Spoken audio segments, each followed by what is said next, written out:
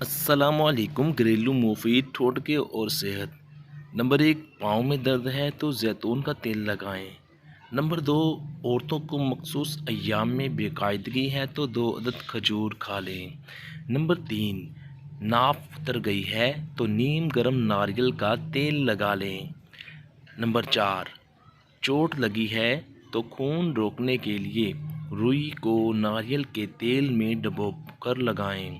Number 5، کمزوری محسوس ہو رہی ہے تو 2 عدد کھجور دودھ میں پکا کر کھائیں اور دودھ پی لیں۔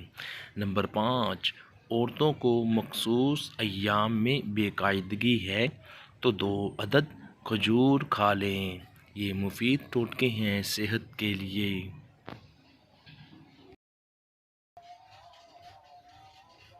ویڈیو دیکھنے کا شکریہ۔